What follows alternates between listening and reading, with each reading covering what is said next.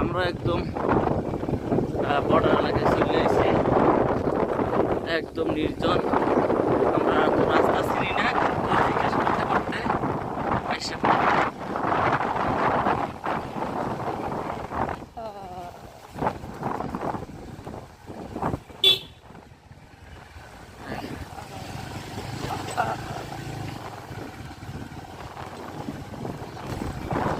Border এলাকায় কাঁড়াল কেমন আছে?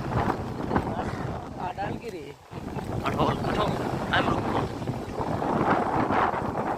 রাস্তা যেন পাকা হয় নাই, পাকা পাকা রাস্তা চলে গেল।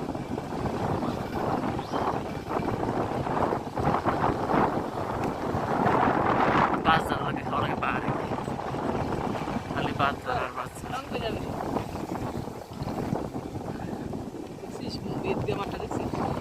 আমরা খেয়াল করি নাই।